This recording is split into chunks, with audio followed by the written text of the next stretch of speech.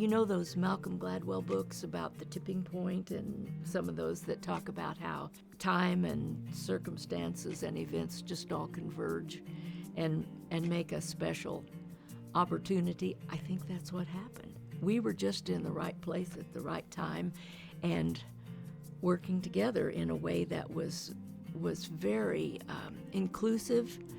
I just felt as if surely everybody was there. My name is Martha Ray, and I was the executive director of the Salina Arts and Humanities Commission for 25 years and the founder of the Smoky Hill River Festival. Hi, I'm Betsy Skolton, and I have been a part of the festival for 50 years. I'm Connie Burkett. I've been involved with the festival since the very beginning as community member, as volunteer, as contracted services, and as staff. The Bicentennial Street Fair was a result of a national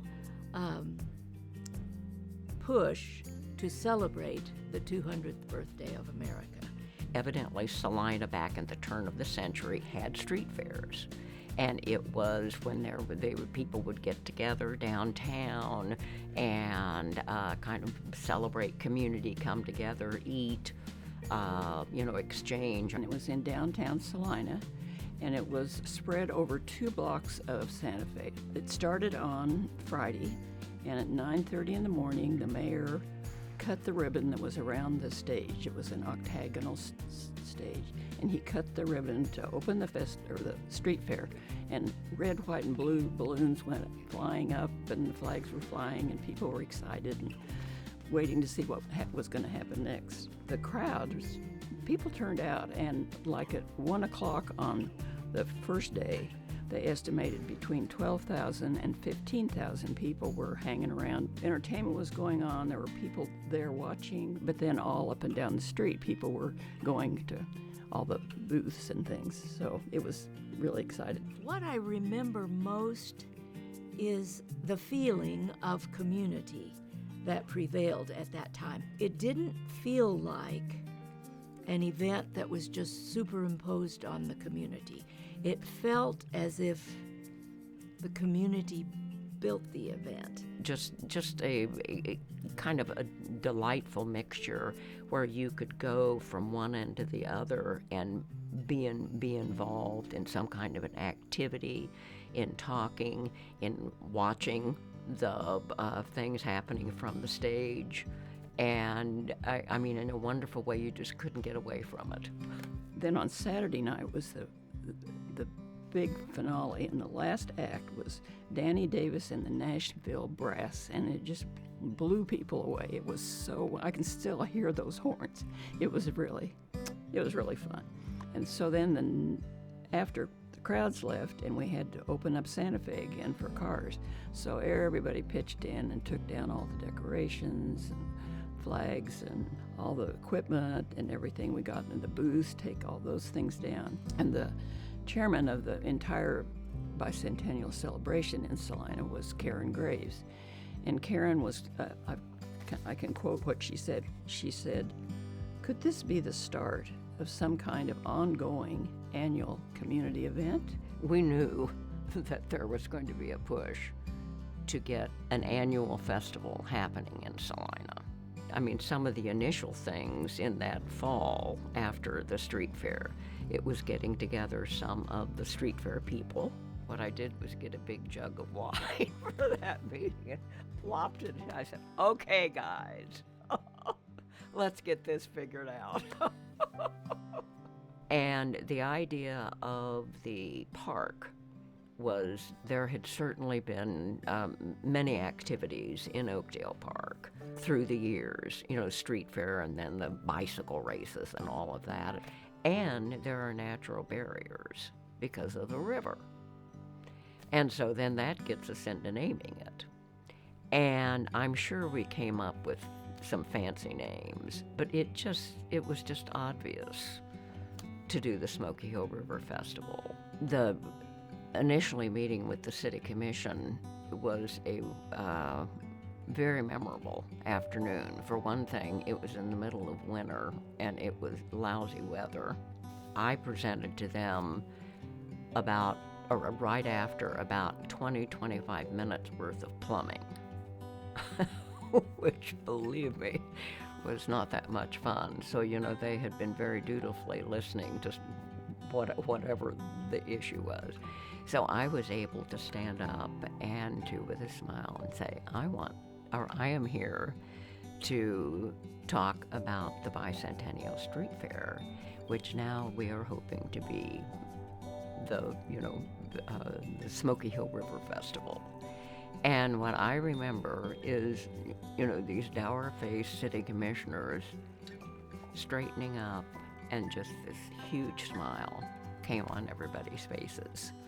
And there, just the memory, not only because it was freezing outside then, but the memory of the street fair and the community being together, and whatever memories they had, they must have been good ones, because they smiled. And we got $5,000, and the same from the county commission. So there was a good foundation. There was a background because of the street fair to draw from in getting our first start. The team that put it together came from the street fair. I mean, there was they came from the community, and they came from the street fair. Marie Chapman, who had managed the street fair, was willing and able to do the same with the first River Festival. So she came into it with darn good experience. And in the beginning, the volunteers were, the people that were helping with the entertainment, they were very much in charge. And the food people were very much in charge, because there was not staff at Arts and Humanities. So when people, would say, well, how did the festival get started?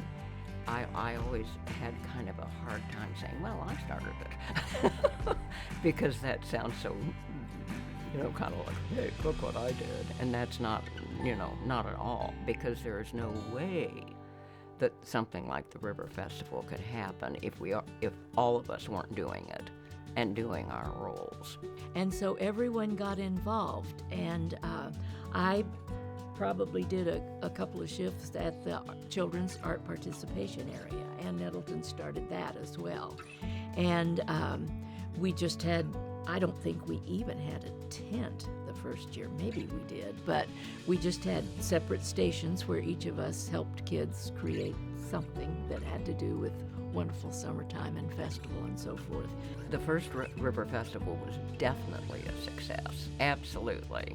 And it was, we had the Fifth Dimension there. And one of my big memories is, people coming over the bridges, and the weather was iffy. It became iffy, and the sound went out, and Jamie holding up a bag of ice on something or other.